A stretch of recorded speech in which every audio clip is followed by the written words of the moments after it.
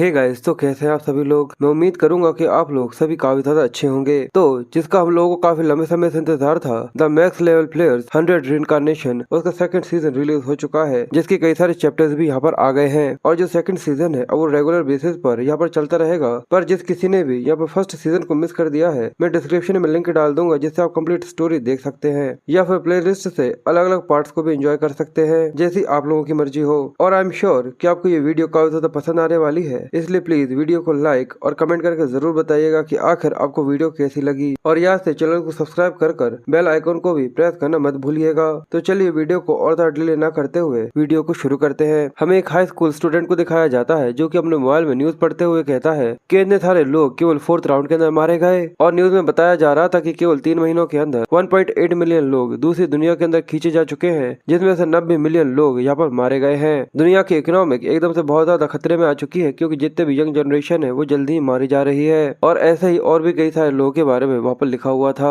और ये देखकर वो मोटा आदमी कहता है कि ये सारे के सारे पूरे कचरे थे। जिसके बाद वो और भी कई सारी चीजें पढ़ता है, जहाँ पर वो ये सब पढ़कर काफी ज्यादा एंजॉय कर रहा था। और वो कहता है कि आखिर ये किस तरीके का मैस है। और वो और भी कई सारे आर्टिकल्स पढ़ता है, जहाँ पर सभी लोग सभी प्लेयर्स के बारे में शिकायत कर रहे थे कि 4th राउंड के बाद प्लेयर्स अचानक ही काफी ज्यादा बढ़ चुके हैं, और उनके हाथों से मरने वाले लोगों की संख्या भी पहले से बढ़ चुकी है। और जितने प्लेयर्स है वो लोग गवर्नमेंट से बिल्कुल भी नहीं डर रहे। और इसी तरीके की और भी कई सारी चीजें। ये सुनकर वो मुस्कुराकर कहता है कि सच में ये किस तरीके का मैच है, पर अगर वो लोग भी प्लेयर्स होते तो वो जरूर ऐसा ही करते। जिसके बाद वो अपने हथियार को उठाता है, जो कि काफी ज्यादा बड़ी सी एक्स थी। वो कहता है क्या इस चीज में क्या गलत है कि मैं मरने से पहले जो चाहूँ वो ना कर सकूं। सच में ये कितने ज्यादा बॉर्डम है। इसी वजह से उन्हें हम लोगों को कुछ जरूरत से ज्यादा प्रेशर के अंदर नहीं डालना चाहिए। ऐसा मत करो, वैसा मत करो, इतने सारे रिस्ट्रिक्शंस, रूल्स, ये सब उन सब की वजह से ही हुआ है। और ये कहने के बाद वो अपनी बड़ी सी एक्स को घुमाकर जमीन पर पटकता है और कहता है इसी वजह से अब हम लोग यहाँ पर पूरी तरह से फट चुके हैं। फिर वो थोड़ा सा शांत होता है और कहता है देखा जाए अब चीज से कोई भी फर्क नहीं पड़ता, वैसे भी कोई भी मुझे यहाँ पर नहीं रोक सकता।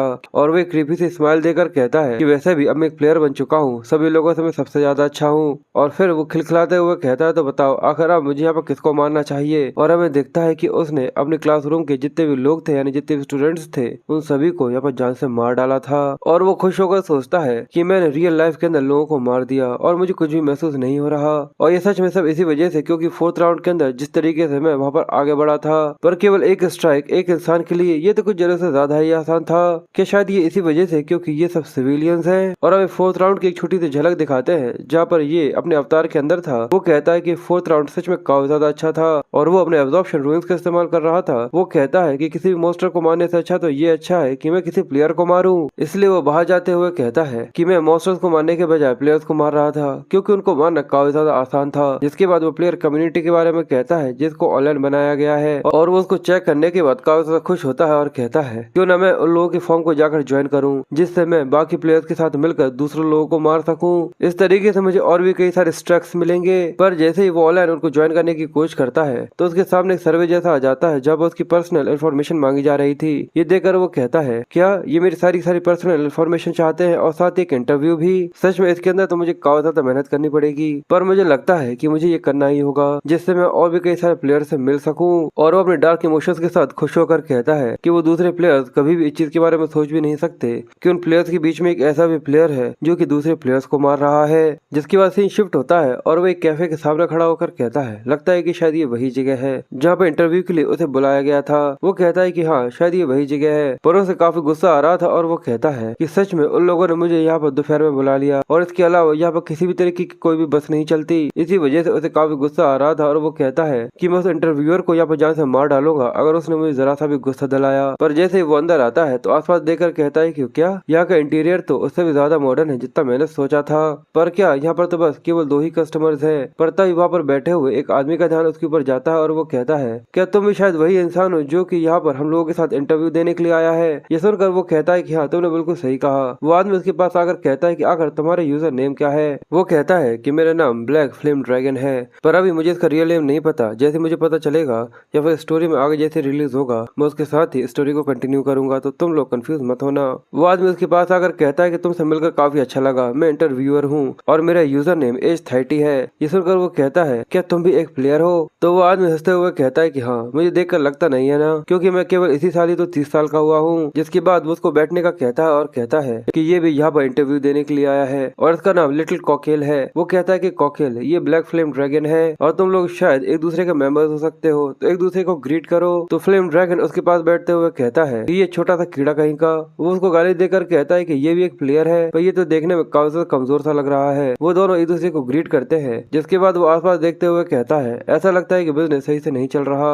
मुझे यहाँ पे कोई भी कस्टमर नहीं दिख रहा और ऐसा लगता है कि यहाँ पे कोई पार्ट टाइमर भी नहीं है। तो वो बूढ़ा आदमी कहता है कि हाँ, मैं सिटी से काफी ज्यादा दूर हूँ, तो तुम ऐसा कह सकते हो, इसी वजह से तो मैंने इस जगह को यहाँ पर किराए पे लिया है जिससे मैं यहाँ पे इंटरव्यू ले सकूँ। ब्लैक ड्रैगन कहता है कि तुमने इसे किराए पर लिया है, पर के जो ओनर है उसे यहाँ पर नहीं होना चाहिए, मुझे तो यहाँ पर कोई भी नहीं दिखा। वो बताता है कि ओनर किचन में खाना तैयार कर रहा है, ये कैफे है पर यहाँ पर वो मील्स भी सर्व करते हैं। ये सुनकर ब्लैक ड्रैगन कहता है कि अच्छा, और वो आसपास देख रहा था और कहता है ऐसा लगता है कि यहाँ पर किसी तरीके का कोई भी कैमरा नहीं है, किसी को भी इसके बारे में पता नहीं चलेगा अगर मैं यहाँ पे इन दोनों को मार डालता हूँ। नहीं, पर मैं इस तरीके से अपने चांस को खराब नहीं कर सकता, वो भी बस केवल 2 लोगों को मारने के लिए। इसलिए वो कहता है कि यहाँ पर कोई और भी आ रहा है इंटरव्यू के लिए। तो वो कहता है कि हाँ, बस थोड़ा सा रुको, एक आदमी और आ रहा है, जिसके बाद हम लोग एक साथ यहाँ पर शुरू करेंगे। ये सुनकर ब्लैक ड्रैगन सोचता है कि यहाँ पर एक और आ रहा है, इसलिए वो पूछता है इसका मतलब क्या हम लोग यहाँ पर 3 लोग होंगे। पर तभी एज 30 का ध्यान बाहर जाता है और वो कहता है बिल्कुल हाँ, पर ये केवल एक पास्ट प्रॉमिस है, तो बस थोड़ा सा और हम लोग वेट करते हैं। पर रुको, ऐसा लगता है कि शायद वो यहाँ पर आ चुका है। और जैसे ही वो गेट खोलकर अंदर आता है, एज 30 उसके पास आकर कहता है मुझे लगता है कि तुम यहाँ पे इंटरव्यू देने के लिए आए हो। वो आदमी कहता है कि हाँ। एज 30 पूछता है क्या आखिर तुम्हारा यूजर नेम क्या है। वो कहता है कि मैं ब्लैक साइथ हूँ। ये सुनने के बाद एज 30 काफी ज्यादा एक्साइटेड हो गया था। फिर हमें कुछ दिनों के पहले का सीन दिखाया जाता है जहाँ पर एक ऑनलाइन मीटिंग चल रही थी और 7 लोग एक दूसरे के साथ बात कर रहे थे। वो कहता है कि यामा, तुम्हारा स्वागत है। वो लड़की कहती है कि तुमसे मिलकर अच्छा लगा, जिसके बाद वो चश्मे वाला आदमी उससे कहता है सभी लोगों का यहाँ पर स्वागत है, तो चलिए अप्रैल की 3rd वीक की मीटिंग को यहाँ पर शुरू करते हैं। जिसके बाद वो नीली शर्ट वाले से पूछता है कि आखिर इस हफ्ते कितने लोगों ने यहाँ पर हम लोगों को ज्वाइन किया है। वो बताता है कि जहाँ तक 2000 से ज्यादा है। प्रेसिडेंट कहता है कि पिछले हफ्ते से ये तो काफी ज्यादा है। तो वो आदमी कहता है कि हाँ, प्लेयर्स की काउंटिंग धीरे धीरे करके कम होती जा रही है, पर जिन लोगों ने हम लोगों को अभी तक ज्वाइन किया है पिछले हफ्ते से उनकी संख्या पहले से ज्यादा है। मुझे लगता है कि हम लोगों के बारे में आर्टिकल्स में बात की जा रही है, जिनकी रील बनाई जा रही है। ये सुनकर प्रेसिडेंट पूछता है कि आखिर किसने जर्नलिस्ट को यहाँ पर हायर किया है। तो हम हाथ उठाते हुए कहती है कि हाँ, वो मैं हूँ। वो कहता है कि अच्छा,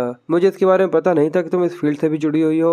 वो कहती है कि हाँ, ये नया कनेक्शन है। प्रेसिडेंट कहता है कि ये तो काफी ज्यादा अमेजिंग है, जैसा कि मुझे एक लॉन्गेस्ट मेंबर से उम्मीद करनी चाहिए। जिसके बाद वो लॉस्ट या एक मतलब नीली शर्ट वाले से पूछता है कि आखिर उन 2000 लोगों में से सच में कितने ज्यादा स्किल्ड लोग हैं। वो कहता है कि अगर हम उन प्लेयर्स को भी इंक्लूड करते हैं जिनके पास अभी क्लासेस नहीं है, तो वो लेवल 10 के पास हैं, तो शायद वो 1200 से ज्यादा होंगे। प्रेसिडेंट पूछता है और आखिर उन लोगों में से कितने ज्यादा लोग यूजफुल हैं। तो ब्लैक कपड़े पहने हुए चश्मे वाला लड़का उससे कहता है मैं इसके बारे में बात कर रहा था। वो कहता है कि एक प्लेयर है जिसके पास ध्यान दिया जा सकता है, जो कि ESKS 475 में रहता है, जिसका नाम ब्लैक फ्लेम ड्रैगन है। भले ही ऑर्डिनरी लेवल 10 का वॉरियर है, पर वो लास्ट जोन में 3rd प्लेस पर आया था। प्रेसिडेंट कहता है कि 3rd प्लेस पर, इसका मतलब उसके लेवल पर उसके पास काफी ज्यादा अच्छा रूइंस होगा, और या फिर वो झूठ बोल रहा है। वो आदमी कहता है पर मुझे ऐसा लगता है कि वो काफी ज्यादा अच्छा होगा एक एग्जीक्यूटिव पोजीशन की कैंडिडेट के लिए। प्रेसिडेंट कहता है कि ये तो सच है, पर क्या इसके अलावा कोई और है। वो कहता है कि हाँ, एक और है, लिटिल कॉकी। वो दूसरे जोन के अंदर रहता है, पर जो उसकी रैंक है वो 4th और 10th के बीच में ही आती है। और इसके अलावा 50 से भी ज्यादा प्लेयर्स है जो कि टॉप 100 प्लेयर्स के अंदर आते हैं उनके रिप्रेजेंटेटिव जोन के अंदर। वो आदमी खुश हो गया था और कहता है कि सच में ये तो बहुत सारे हैं, ऐसा लगता है कि मैं इंटरव्यू लेने के लिए काफी ज्यादा बिजी होने वाला हूँ। मैंने बिल्कुल सही कहा ना, माई एज 30। ये सुनकर वो बूढ़ा सा आदमी उठ जाता है और कहता है कि मुझे माफ करना।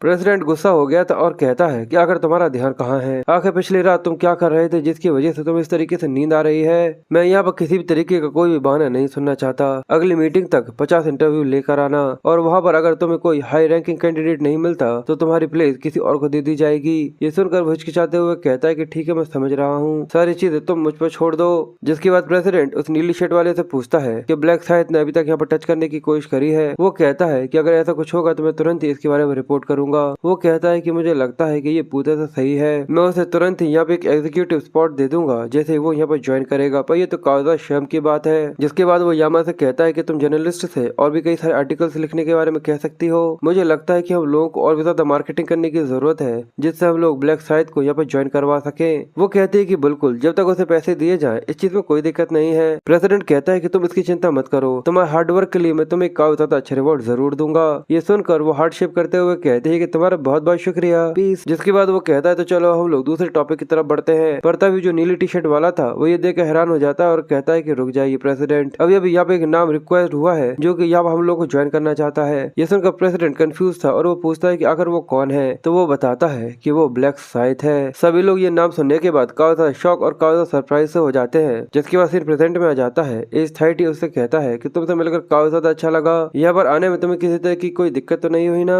तो वो उससे कहता है कि नहीं, मुझे कोई दिक्कत नहीं हुई। तो वो आदमी कहता है, यार एज 30 कहता है कि मुझे इस चीज के लिए माफ कर देना, पर ये एक सबसे ज्यादा अच्छी जगह थी जिसके बारे में जानता था और ये काफी ज्यादा प्राइवेट भी है। और वो कहता है कि इसके अलावा तुम देखने में काफी ज्यादा अच्छे हो, तुम लड़कियों में सच में काफी ज्यादा पॉपुलर हो गए, आओ मेरे साथ यहाँ पर आकर बैठो। और वो ब्लैक साइथ को यहाँ पर चेयर ऑफर करता है और उसको यहाँ पर काफी ज्यादा अच्छे तरीके से ट्रीट कर रहा था। जिसके बाद वो आगे कहता है कि ये दोनों भी यहाँ पर इंटरव्यू देने के लिए आए हैं जैसे कि तुम आए हो। पर फ्लेम ड्रैगन को उसे देखकर थोड़ा सा गुस्सा सा आ रहा था, पर जो दूसरा लड़का था वो उससे कहता है कि हेलो। तो वो जो कि ब्लैक कोट पहनकर उन लोगों के सामने आया हुआ था वो कहता है कि मैं ब्लैक साइथ हूँ और हमें इसके बारे में नहीं पता कि असल में आखिर ये है कौन और आखिर ये अपना को ब्लैक साइथ क्यों बोल रहा है। पर स्टोरी में हम लोगों को इसके बारे में पता जरूर चलेगा। और वो लड़का अपने बारे में कहता है कि मेरा नाम लिटिल कॉकी है और असल में जो गुलाबी हुडी पहनकर यहाँ पर बैठा हुआ था वो कोई और नहीं बल्कि हमारा MC र्यूमिंग था, जो कि रियल में ब्लैक साइथ है। और वो सोचता है कि सच में ये तो कितना ज्यादा मजेदार कमीना है। फ्लेम ड्रैगन ब्लैक साइथ को यहाँ पर देखकर परेशान होते हुए सोचता है कि ये इंसान ब्लैक साइथ है जिसने मुझे पिछले राउंड के अंदर 5 बार मारा था। मैं सोच रहा था कि जैसे ही मैं इसे रियल लाइफ में मिलूंगा तो मैं उसे ये पूछूंगा कि आखिर वो मुझे मारने के लिए इतना ज्यादा ऑब्सेस्ड क्यों था। एज 30 उससे कहता है कि ब्लैक फ्लेम ड्रैगन आखिर तुम्हें क्या हुआ, क्या तुम अपने आप को यहाँ पे इंट्रोड्यूस नहीं कर पाओगे? तो वो कहता है कि हेलो, मेरा नाम ब्लैक फ्लेम ड्रैगन है। पर ये देख कर भी वो ब्लैक साइथ यहाँ पर उसे कुछ भी नहीं कहता और न ही किसी तरीके का रिएक्शन देता है। ये देख कर वो हैरान था और वो सोचता है कि क्या इसने यहाँ पर बिल्कुल भी यहाँ पर रिस्पॉन्स तक नहीं किया। मुझे तो ऐसा लगा था कि मेरा यूजर नेम जानते थे, ये यहाँ पर मुझे पहचान जाएगा। क्या इसको मेरा यूजर नेम तक याद नहीं है? यहाँ तक मुझे 5 बार मारने के बाद भी। और र्यूमिंग उसको देखते हुए कहता है कि मैं सच में इतना ज्यादा एरोगेंटली एक्ट करता हूँ, मैं भी काफी ज्यादा इम्पेशेंट जरूर हूँ, पर ये इंसान सच में काफी ज्यादा बड़ा फ्रॉड है। जिसके बाद र्यूमिंग इस आदमी के बारे में बताता है कि असल में इस आदमी का रियल यूजर नेम कुकुरू बिंग बोंग है और ये प्रोफेशनल फ्रॉड है जो कि इस तरीके के स्कैम्स लोगों के साथ करता रहता है जिससे ये पैसे बना सके। अभी ये किसी तरीके की कोई बिग डील नहीं है, पर फ्यूचर में इसके पास रूइंस ऑफ द क्लोन आ जाएगा और ये काफी ज्यादा फेमस हो जाएगा। मुझे फेमस की बजाय ये कहना चाहिए कि ये बदनाम हो जाएगा, क्योंकि ये रूइंस ऑफ द क्लोन का इस्तेमाल करेगा हर एक क्राइम को कमिट करने के लिए। और र्यूम अगर सोचता है कि सच में ये काफी ज्यादा कड़वी सच्चाई है, पर जितने भी क्रिमिनल्स हैं वो काफी ज्यादा पावर ऑब्टेन करते हैं दूसरी दुनिया से। पर ये काफी अच्छा है कि मैंने यहाँ पे इससे मिलने के बारे में सोचा, क्योंकि अब मैं इसका इस्तेमाल करते हुए रूइंस ऑफ क्लोन को ऑब्टेन करूंगा। एज 30 उससे कहता है चलो हम लोग यहाँ पर आ गए हैं तो एक दूसरे को इंट्रोड्यूस करते हैं और अपनी पर्सनल इन्फॉर्मेशन को कंफर्म करते हैं। और सबसे पहले वो लिटिल कॉकी के साथ शुरुआत करता है। तो र्यूमिंग अपने बारे में बताता है और कहता है कि मैं एक हाई स्कूल ग्रेजुएट हूँ और अभी तक मैंने कोई भी जॉब नहीं करी है। और एज 30 उससे कहता है और तुमने कहा था कि तुम लेवल 13 के एक असैसिन हो। वो कहता है कि हाँ तुमने सही कहा। और वो आगे कहता है और इसके अलावा तुम अपने जोन रैंकिंग के अंदर 4th प्लेस पर भी आए थे। र्यूमिंग कहता है कि हाँ हाँ, और साथ ही वो अपने मन में सोचता है कि भाड़ में जाए, ये सारी की सारी चीजें झूठ है। ऑफ कोर्स यूजर नेम को छोड़कर, क्योंकि लिटिल कॉकी एक ऐसा यूजर नेम है जो कि रियल में एग्जिस्ट करता है। अगर मैं दूसरी भाषा में कहूँ तो मैं यहाँ पर किसी और का नाम इस्तेमाल कर आया हूँ, जैसा कि उसने मेरा नाम इस्तेमाल किया है। पर मेरा ये करना जरूरी था जिससे मैं रूइंस ऑफ द क्लोनिंग को यहाँ पर ऑब्टेन कर सकूं, क्योंकि रूइन ऑफ द क्लोनिंग को ऑब्टेन करने के लिए जो रिक्वायरमेंट चाहिए होती है कि जहाँ पर जो रूइंस छुपा हुआ है वहाँ पर जाकर तुम्हें किसी को मारना होगा, यानी एक मर्डर कमिट करना होगा, वो भी किसी और का नाम इस्तेमाल करते हुए। और पास्ट लाइफ में इस कमीने ने कई सारे खून करे थे मेरे नाम का इस्तेमाल करते हुए, जिससे इसे रूइंस ऑफ द क्लोनिंग मिला था। एज 30 जिसके बाद फ्लेम ड्रैगन से कहता है तो अब तुम्हारी बारी है। तो वो अपना नाम बताता है और कहता है कि मैं 16 साल का मिडिल स्कूलर हूँ और वो अपना नाम यहाँ पर सिम हायंग बताता है। एज 30 ये सुनकर कहता है इसका मतलब तुम यहाँ पर सबसे ज्यादा छोटे हो, और साथ ही सोचता है इसका मतलब तुम एक कचरे के टुकड़े हो जो कि एक मिडिल स्कूलर है और साथ एक ऐसा सुअर भी है जो कि पूरी तरह से सड़ चुका है। और र्यूमिंग एज 30 को देखकर सोचता है कि जिस तरीके से ये यहाँ पर सिम हायंग को लुक डाउन कर रहा है, इसका मतलब ये है कि इसे पता है कि इसने अपने क्लासमेट्स को मारा है, क्योंकि ये कोई एक ऐसी चीज नहीं जो कि कोई भी आम मिडिल स्कूलर करता हो। और एज 30 सिम हायंग से आगे कहता है और कि ये सच है कि तुम एक लेवल 10 की वॉरियर हो और तुम अपने जोन में 3rd प्लेस पर आए थे।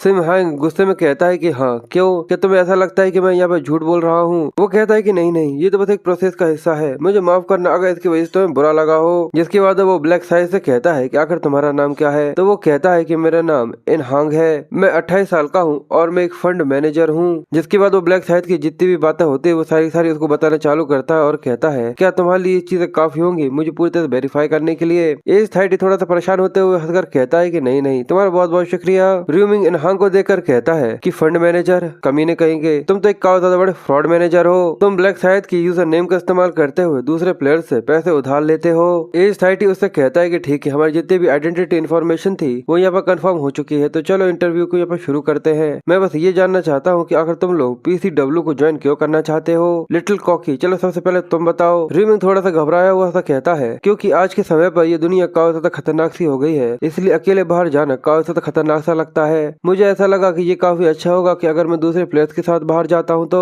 ये सुनकर वो कहता है कि हाँ, तुमने बिल्कुल सही कहा। जिसके बाद वो ब्लैक फ्लेम ड्रैगन से कहता है अब तुम्हारी बारी। ब्लैक फ्लेम ड्रैगन सोचता है मैं ये नहीं कह सकता कि मैं बस यहाँ पर लोगों को मारने के लिए आया हूँ। वो कहता है कि मेरा भी बिल्कुल लिटिल कॉकी जैसा ही हाल है, अब तो मैं सही तरीके से स्कूल भी नहीं जा सकता और मुझे तो नेक्स्ट राउंड के लिए काफी ज्यादा चिंता भी होती है।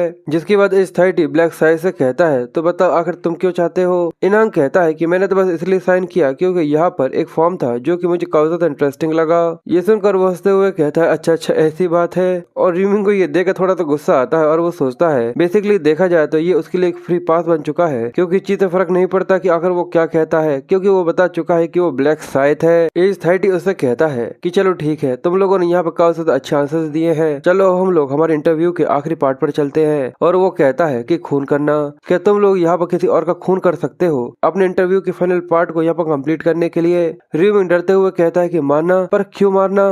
वो मुंह बनाते हुए कहता है क्योंकि तुम्हें ये चीज समझ में नहीं आ रही तो चलो ठीक है, मैं तुम्हें ये चीज समझाता हूँ। मैं पूरी तरह से श्योर हूँ कि तुम लोगों ने आर्टिकल जरूर पढ़े होंगे कि गवर्नमेंट अब हम लोगों को पूरी तरह से रेगुलेट कर चुकी है और हमारे ऊपर से पूरी तरह से ध्यान हटा चुकी है। उन्हें अब हम लोगों से डर लगने लगा है क्योंकि अब हम गवर्नमेंट से भी काफी ज्यादा पावरफुल हो चुके हैं। और इसके अलावा हम लोग प्लेयर्स है जो की जल्दी ही इस दुनिया के ऊपर रूल करेंगे और वो दुनिया जल्दी एक रियलिटी बन जाएगी अगर हम लोग मिलकर एक साथ काम करते हैं। और यहाँ पर जिन लोगों को हम लोगों की बिल्कुल भी जरूरत नहीं है, जो कि इन नियम से बंधे हुए हैं, हमें गवर्नमेंट को दिखाना होगा कि अब प्लेयर्स ही यहाँ पर पूरी तरह से नियम है, वो भी गवर्नमेंट के जितने भी रेगुलेशंस है उन सभी को रिटेलिएट कर। रीमिंग कहता है और इसके लिए हम लोगों को यहाँ पर खून करना होगा। वो कहता है कि तुमने बिल्कुल सही कहा, जिससे हम लोग गवर्नमेंट को अपने बारे में बता सके, जिससे हम उन्हें ये समझा सके कि जो ये नियम है वो हमारे ऊपर लागू नहीं होते। तो कि अब तुम्हें ये समझ में आ गया है लिटिल कॉकी, क्या कर मैं यहाँ पर क्या कहना चाहता हूँ। तो वो कहता है कि हाँ समझ गया, और अगर तुम लोगों में से ऐसा कोई है जो किस इंटरव्यू के लास्ट पार्ट को यहाँ पर आगे नहीं बढ़ा सकता तो वो यहाँ से जा सकता है, पर अगर तुम यहाँ से आज चले जाते हो तो इस चीज की उम्मीद रखना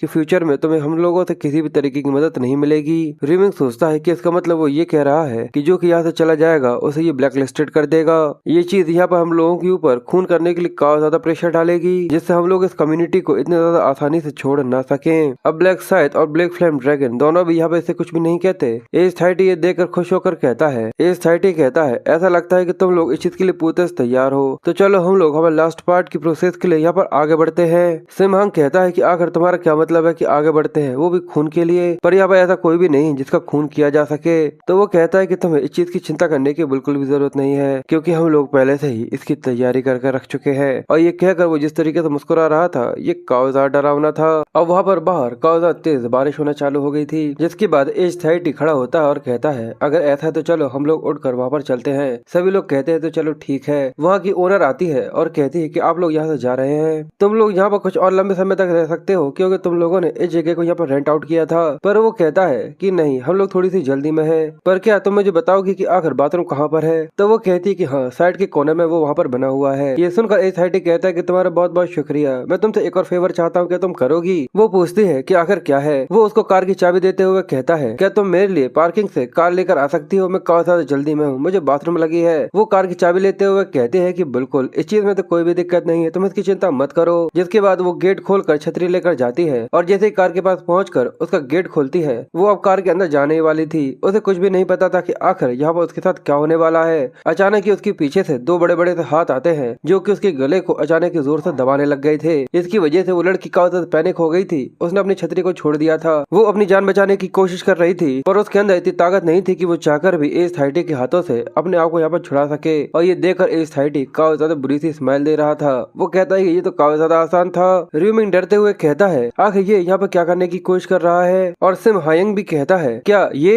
एज 30 कहता है कि आखिर तुम लोग क्या कर रहे हो, जल्दी से अंदर आ जाओ। और उस लड़की को भी उसने वहाँ पर अंदर बैठा लिया था, वो अभी भी बेहोश थी और उसे कुछ भी नहीं पता था। सभी लोग ये देखकर थोड़े से परेशान से हो गए थे। और र्यूमिंग कहता है कि इसका मतलब यहाँ पर कैफे के ओनर से था। और वो लोग कार को ड्राइव करना चालू करते हैं और कुछ ही देर में वहाँ से निकल कर काफी ज्यादा दूर आ जाते हैं। जिसके बाद कार रुकती है और वो एक अबेंडेंट प्लेस पर आ चुके चुके थे, जहाँ पर एस्थाइटी उस लड़की को अपने कंधे पर उठाए हुए आगे बढ़ते हुए कहता है कि अब हम लोग वहाँ पर आ चुके हैं जहाँ पर हम लोग हमारे इंटरव्यू के आखिरी पार्ट को यहाँ पर लेने वाले हैं। वो एक अबैंडन्ड सी जगह थी जहाँ पर कोई भी नहीं था, केवल उन चारों के अलावा। एस्थाइटी उस लड़की को नीचे पटक देता है और कहता है तो चलो इस चीज को शुरू करते हैं, तो बताओ आखिर कौन इसे मारेगा। जिसके बाद वो ब्लैक साइड से पूछता है कि तुम ऐसा करोगे। वो कहता है कि ठीक है। एस्थाइटी कहता है कि जैसा कि मुझे तुमसे उम्मीद करनी चाहिए थी, पर तभी लिटिल कॉकी आवाज देता है, यानी ड्रीमिंग आवाज देकर कहता है कि रुक जाओ। एस्थाइटी कहता है कि क्या हुआ। वो कहता है कि क्या मैं ये कर सकता हूँ। एस्थाइटी मुस्कुराकर कहता है कि तुम ये करना चाहते हो, ये तो काफी ज्यादा इंटरेस्टिंग है। मैंने ऐसा उम्मीद नहीं किया था कि तुम ऐसा कुछ कह सकते हो, क्योंकि तुम तो काफी ज्यादा शर्माते हो, पर मुझे इस चीज में कोई भी दिक्कत नहीं है। तो क्या ब्लैक साइड, क्या तुम तुम्हारे बजाय इसको ये करने दोगे।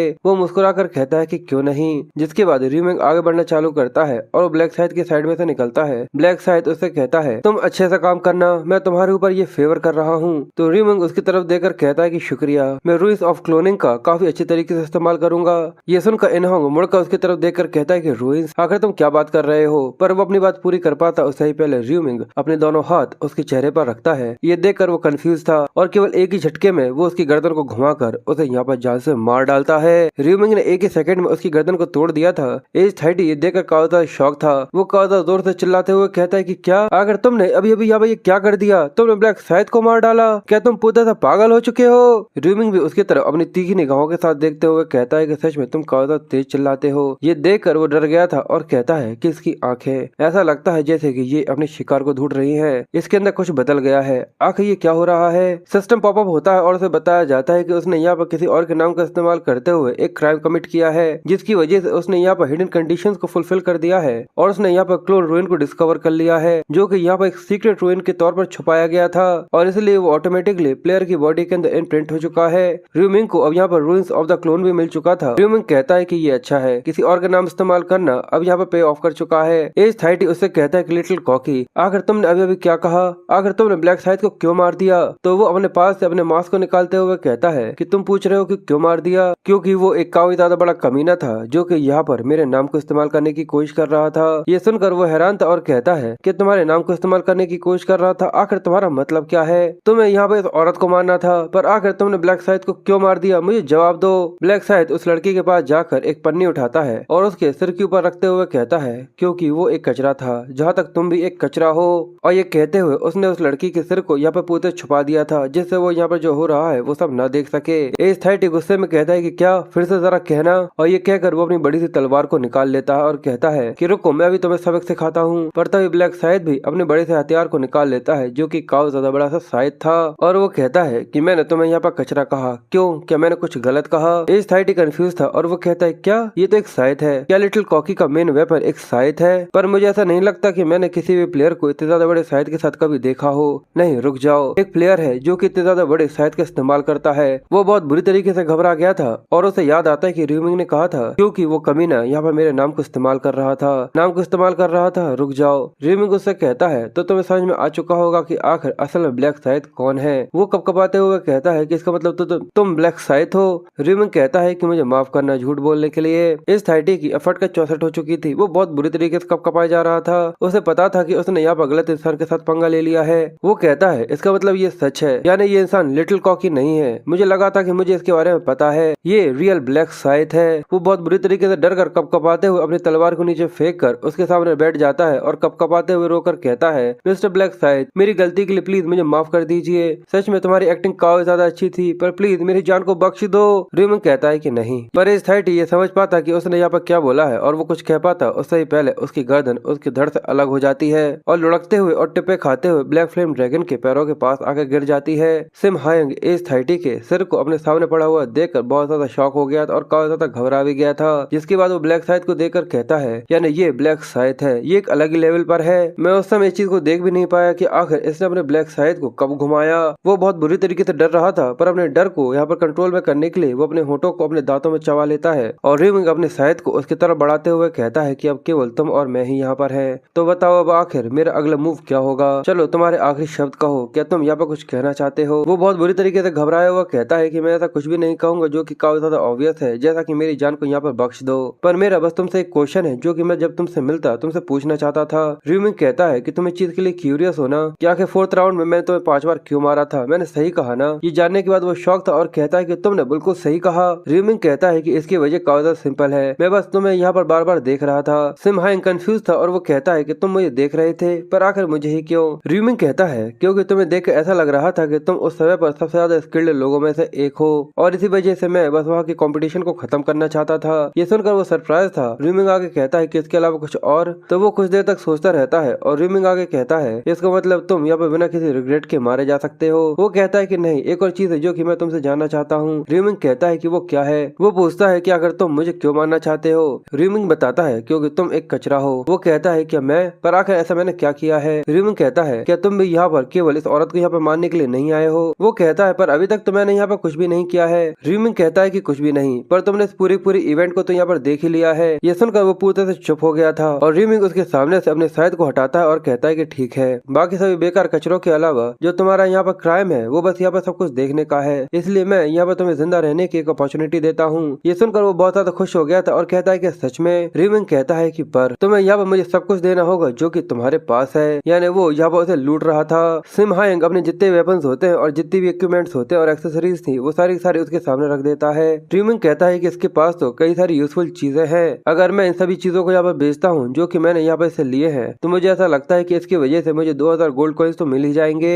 और सिम हायंग हिचकिचाकर कहता है कि मैंने तुम्हें यहाँ पर वो एक्स और इक्विपमेंट्स भी दे दिए हैं जो कि मैंने इस्तेमाल करे थे। ये वो सारी चीजें हैं जो कि सच में मेरे पास थी, इसके अलावा मेरे पास कुछ भी नहीं बचा है। पर र्यूमिंग वहाँ पर पड़े हुए स्टोन्स को उठाता है और कहता है क्या मैंने तुमसे कुछ कहा। वो कहता है कि इसके अलावा तुम कुछ और नहीं ले रहे। र्यूमिंग कहता है कि नहीं, मुझे इन चीजों की जरूरत नहीं है, तुम सभी को रख सकते हो। ये सुनकर वो थोड़ा सरप्राइज हो रहा था, जिसके बाद वो सारी चीजों को उठाने लगता है और साथ ही सोचता है वैसे भी तुम शॉप में इनको फिर से दोबारा नहीं बेच सकते। जिसके बाद वो र्यूमिंग से आगे कहता है अब क्या तुम मुझे यहाँ पर जिंदा छोड़ दोगे जैसा कि तुमने मुझसे वादा किया था। र्यूमिंग कहता है कि हाँ, तुम यहाँ से जिंदा जा सकते हो, प्रॉमिस एक प्रॉमिस होता है। वो र्यूमिंग के सामने झुकता है और कहता है कि तुम्हारे इस चीज के लिए बहुत बहुत शुक्रिया। र्यूमिंग उससे कहता है कि ये सब बंद करो, ये काफी ज्यादा एम्बैरेसिंग है, अब से तुम एक अच्छी जिंदगी जीना और इन लाशों को भी तुम ठिकाने लगा सकते हो अगर तुम चाहो तो। ये सुनकर वो कहता है कि ठीक है, मैं समझ गया। जिसके बाद र्यूमिंग आगे बढ़कर उस औरत को उठाते हुए कहता है कि मैं इसे अपने साथ लेकर जा रहा हूँ। वो र्यूमिंग से कहता है कि मैं तुम्हारी मदद करूँ। वो कहता है कि ठीक है। र्यूमिंग कहता है कि ये ठीक है, आखिर मैं तुम्हारे ऊपर भरोसा कैसे कर सकता हूँ, बस तुम तुरंत ही यहाँ से निकल जाओ। जिसके बाद वो उस औरत को वहाँ से लेकर वहाँ से निकलना चालू कर देता है।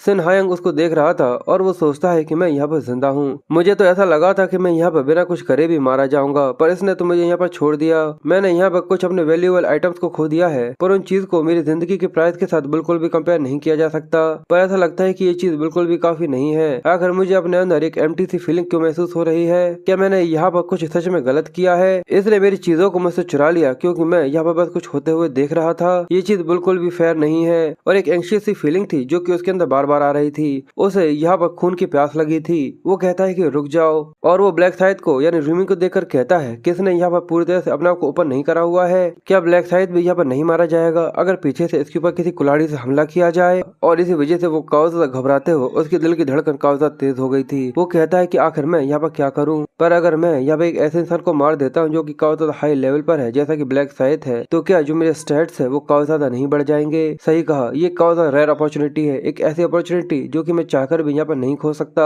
और जो मुझे कभी भी दोबारा नहीं मिल पाएगी। और अगर मैंने ये अपॉर्चुनिटी अभी नहीं ली तो मुझे हमेशा इस चीज के लिए पछतावा होगा। और यही सोचकर वो जल्दी से अपने एक्स को यहाँ पर रिलीज करने लगा था और बहुत बुरी तरीके से डरते हुए धीरे धीरे कर आगे बढ़ रहा था और कहता है कि प्लीज मुझे नोटिस मत करना, प्लीज बिल्कुल भी मुझे नोटिस मत करना, बस थोड़ी देर के लिए। और धीरे धीरे कर वो र्यूमिंग के काफी से करीब आ गया था और जैसे उसे मौका मिलता है वो कहता है कि अभी, और अपने एक्स को जोर से घुमाते हुए र्यूमिंग के ऊपर हमला करता है और कहता है कि कमीने के पहले अब मरो। और वो एक काफी ज्यादा जोर से हिट दे मारता है जिसकी वजह से र्यूमिंग वहाँ पर गिरकर मारा गया था। ये देखने के बाद सिम हायंग काफी ज्यादा खुश था और हंसते हुए कहता है कि मैंने कर दिखाया, मैंने आखिरकार ब्लैक साइड को यहाँ पे काफी ज्यादा आसानी से मार दिया। जिसकी वजह से वो यहाँ पे काफी ज्यादा क्रीपी और काफी ज्यादा खतरनाक तरीके से हंसना चालू कर देता है। उसकी खुशी का कोई भी ठिकाना नहीं रह गया था। वो बहुत ज्यादा खुश होते हुए कहता है कि सच में ये रियल है, मैंने ब्लैक साइड को मार दिया। एक लेवल 10 का होने के बाद भी वो भी मेरे जैसा उसने ब्लैक साइड को मार दिया और अब वो पूरी तरह से पागल हो गया था। वो उसे पैरों से कुचलते हुए कहता है कि तुम कमीने कहेंगे, तुम्हें बिल्कुल भी मेरे तरफ पीठ नहीं दिखानी चाहिए थी। और आखिर इस चीज से किसको फर्क पड़ता है कि तुम्हारे लेवल कितने ज्यादा ऊपर है, तुम तो काफी ज्यादा बड़े बेवकूफ हो और इसलिए वो स्टेट्स के लिए बहुत ज्यादा शुक्रिया करता है और इसलिए वो उससे कहता है कि तुम बेवकूफ, तुम्हारे स्टेट्स के लिए बहुत बहुत शुक्रिया।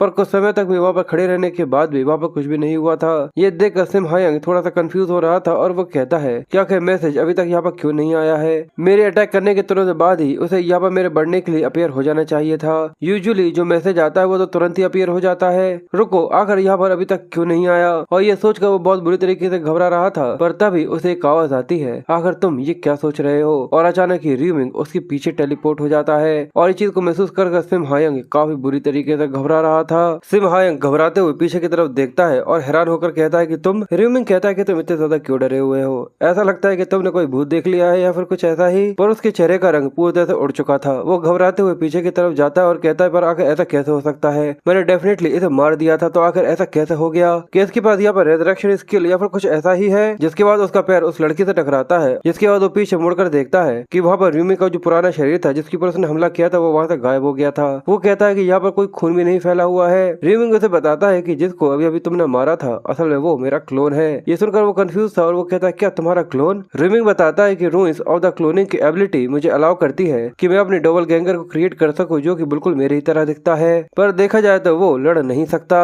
पर तुम पूरी तरह से उसके अंदर फंस गए, इसलिए मुझे ऐसा लगता है कि भले वो ना लड़ सके पर फिर भी वो काफी ज्यादा यूजफुल है। और सच में ये काफी ज्यादा अच्छा टेस्ट था। ये सुनकर वो अपनी एक्स को सामने की तरफ कर कहता है कि तुमने मुझे यहाँ धोखा दिया है। रीमिंग उससे कहता है कि आखिर तुम इस तरीके से एक्ट क्यों कर रहे हो जैसे कि तुम यहाँ पे कोई शिकार हो? असली शिकार तो तुमने मेरा करने की कोशिश करी है। लगभग तुमने मुझे यहाँ पर जान से मार ही डाला था। वो कहता है कि तुम विक्टिम हो, तुमने सबसे पहले मुझे यहाँ पर डराया था। पर रीमिंग अपने शायद को बाहर निकालते हुए कहता है कि अब छोड़ो, इस चीज से वैसे ही फर्क नहीं पड़ता। जिसके बाद तुरंत ही वो एक स्ट्राइक में उसके गले के ऊपर हमला करता है और उसे उसके सर से अलग कर देता है। सिम हायंग कहता है कि रुक जाओ, आखिर मेरी बॉडी यहाँ पर काम क्यों नहीं कर रही है? थोड़ी देर में जो उसका सिर होता है वो लुढ़कते हुए जाकर दूर गिर गया था और उसे महसूस होता है कि उसका शरीर वहीं पर गिर चुका है। और रीमिंग कहता है कि तुम्हारी यहाँ पर बकवास सुनना सच में मेरे लिए समय की बर्बादी है। जिसके बाद वो अपने स्किल इरेज ट्रैक का इस्तेमाल करता है, जिसकी वजह से यहाँ पर जितने भी शरीर थे वो सभी जलना चालू हो जाते हैं और एक ग्रीन फ्लेम के अंदर जलने के बाद सभी लोगों की लाशें वहाँ से गायब हो चुकी थी। जिसके बाद रीमिंग अपने साइड को अंदर रखते हुए कहता है कि अब यहाँ पे ऐसा कोई भी नहीं जो कि ये कह सके कि ये एक क्राइम साइट थी, पर हाँ एक इंसान को छोड़कर। जिसके बाद वो उस लड़की के पास जाकर कहता है कि हेलो, आखिर तुम अब उठ क्यों नहीं जाती? आखिर तुम और कितने समय तक इस तरीके से बेहोश होने का नाटक करने वाली हो? तुम एक प्लेयर को बेवकूफ नहीं बना सकती, तुम्हें पता है ना? और वो सोचता है कि मैं यहाँ पर तुम्हारे थॉट्स को सुन सकता हूँ। अब ये जानने के बाद वो लड़की यहाँ पर एक्टिंग करना बंद कर देती है और वहाँ पर उठ जाती है और कहती है कि प्लीज मुझे माफ कर देना, पर क्या मैं इसे हटा सकती हूँ? रीमिंग कहता है कि नहीं, जब तक मैं यहाँ से ना जाऊँ इसे यहाँ पर रखे रहो। वो कहती है कि ठीक है। रीमिंग कहता है कि मैं यहाँ पर तुमसे कुछ सवाल करने वाला हूँ, क्या तुम मेरे साथ यहाँ पर कॉपरेट करोगी? तो वो कहती है कि हाँ बिल्कुल। जिसके बाद वो कहता है कि आखिर तुम्हारी शॉप पर कितने कस्टमर्स आए थे और आखिर तुम्हें कितने लोगों के चेहरे याद है? वो लड़की वहाँ पर बैठी हुई कहती है कि वहाँ पर 4 कस्टमर्स आए थे और एक ऐसा था जो कि लगभग 40 साल के आसपास था। मुझे उसका चेहरा याद है क्योंकि मैंने उससे बात करी थी, पर बाकी लोगों के बारे में मुझे कुछ भी याद नहीं है। और रीमिंग उसके थॉट्स को सुन सकता था, इसलिए उसे पता था कि वो यहाँ पर सच कह रही है। रीमिंग कहता है कि ठीक है, इतना काफी है। वो लड़की कहती है कि अब मैं यहाँ पर सेफ हूँ, क्या सारी चीजें खत्म हो चुकी हैं? वो कहता है कि हाँ, अब तुम घर जा सकती हो, पर पुलिस में रिपोर्ट मत करना वरना ये चीज तुम्हारे ऊपर ही उल्टी पड़ जाएगी। वो कहती है कि ठीक है, मैं समझ गई। रीमिंग आगे कहता है कि तुम अब 1 मिनट के बाद इस बैग को अपने चेहरे से हटा सकती हो। वो लड़की कहती है कि ठीक है। जिसके बाद वो लड़की वहाँ पर 1 मिनट तक काउंट करना चालू करती है और जैसे 60 सेकंड पूरी तरह से कंप्लीट हो जाते हैं वो उस पन्नी को अपने चेहरे से हटाकर एक लंबी सी सुकून की सांस लेती है। जिसके बाद वो अपने आसपास सिर घुमाकर देखती है और कंफ्यूज होते हुए कहती है कि आखिर यहाँ क्या हुआ? यहाँ पर तो कुछ भी नहीं है। क्या मैं यहाँ पर किसी तरीके का कोई सपना देख रही थी? क्या ये किसी तरीके का कोई सपना है? जिसके बाद सीन शिफ्ट हो जाता है और हमें वही बड़ी सी बिल्डिंग का सीन दिखाया जाता है जहाँ पर रीमिंग वापस अपने घर आ गया था। वो उससे कहता है कि तुम्हारा स्वागत है, पर वो उसको देखकर थोड़ा सा कंफ्यूज हो रहा था और वो उससे कहता है कि ये हुडी तो अगर तुम इसे पहनकर कहाँ गए थे? पर रीमिंग हिचकिचाता है और वो उसे बता नहीं सकता था कि आखिर वो उसकी हुडी पहनकर कहाँ गया था। इसलिए वो बहाना बनाते हुए कहता है कि मैं बहुत ज्यादा थक गया हूँ, बहुत ज्यादा थक गया हूँ। ये देखकर वो थोड़ा सा कंफ्यूज हो रहा था। जिसके बाद वो उसके पास जाता है और कहता है कि आखिर तुम कहाँ पर थे? क्या तुमने कुछ खाया? वो कहता है कि नहीं, अभी तक तो कुछ भी नहीं। वो कहता है तो क्या हम लोग यहाँ पे कुछ ऑर्डर कर सकते हैं? रीमिंग कहता है कि बिल्कुल, बताओ आखिर तुम क्या खाओगे? जिसके बाद वो हुडी को उतार कर उस सभी सीन्स के बारे में याद करता है कि किस तरीके से अभी अभी उसने यहाँ पर 3 खून किए थे। इसलिए वो कहता है कि ये चीज तो पूरी तरह से क्लियर है कि मैं इसको वन को वापस नहीं लौटा सकता। इसी वजह से वो उस हुडी को लेकर डस्टबिन के अंदर डाल देता है। वो ये देखकर थोड़ा सा कंफ्यूज हो रहा था और वो डस्टबिन के पास बैठकर रीमिंग से कहता है कि आखिर तुमने ये क्यों किया? आखिर तुमने उसे क्यों फेंक दिया? रीमिंग बहाना बनाता है कि वो काफी ज्यादा पुराना हो गया था, मैं तुम्हारे लिए नया ला दूंगा ना। वैसे भी उस चीज को लिए हुए काफी ज्यादा लंबा समय हो गया था। वो उदास सा चेहरा बनाता है और कहता है कि हाँ, पर रीमिंग हिचकिचाते हुए कहता है कि तुम्हें उससे ज्यादा अच्छा मिल जाएगा, तुम इसकी चिंता मत करो। तो वो थोड़ा सा उदास था, पर वो कहता है कि चलो ठीक है, वैसे भी स्कूल बंद हो चुके हैं, तुम्हें उसे वैसे भी पहनकर कहीं नहीं जा सकता। रीमिंग अपने भाई की हालत देखकर थोड़ा सा उदास था। वो कहता है कि वो सच में हमेशा घर पर रहने की वजह से काफी ज्यादा बोर हो जाता होगा। वने जैसा कि सिम हायंग ने अपने स्कूल में किया था, ऐसा कुछ उसके साथ भी हो सकता है। और इसी वजह से वो उनसे कहता है कि तुम मेरे साथ कल घूमने चलोगे, क्यों ना हम लोग वहाँ पर एवरलैंड चले। ये सुनने के बाद वो काफी ज्यादा खुश हो गया था और कहता है कि एवरलैंड सच में, क्या तुम सच में इस चीज को मानते हो? तो वो सर पर पैट करते हुए कहता है कि हाँ बिल्कुल। इसलिए वो खुश होकर कहता है तो चलो हम लोग जल्दी से खाना खाते हैं और सो जाते हैं। और ये सुनकर उसके छोटा भाई काफी ज्यादा खुश हो रहा था। जिसके बाद सीन शिफ्ट होता है और हमें अगले दिन सुबह एक पार्क का सीन दिखाया जाता है, एवरलैंड, जहाँ पर कई सारे लोग घूम रहे थे। वो उसको देखकर काफी ज्यादा एक्साइटेड और काफी ज्यादा खुश हो रहा था और रीमिंग उसको देख रहा था, जहाँ पर वो कहता है सच में इस चीज को काफी लंबा समय हो गया जब मैं यहाँ पर वापस आया हूँ। रीमिंग उसको देखकर कहता है कि मैं उसे बाहर लेकर इसलिए नहीं आता क्योंकि दुनिया सच में काफी ज्यादा टफ हो चुकी है। और वो उसे बताता है कि ये जगह अभी भी यहाँ पर चालू है और आसपास की और भी ऐसी कई सारी जगह हैं जो कि अभी भी यहाँ पर काम करती हैं। तो मैं उम्मीद करता हूँ कि यहाँ की जितनी भी जरूरी चीजें वो सभी अभी भी काम करती होंगी।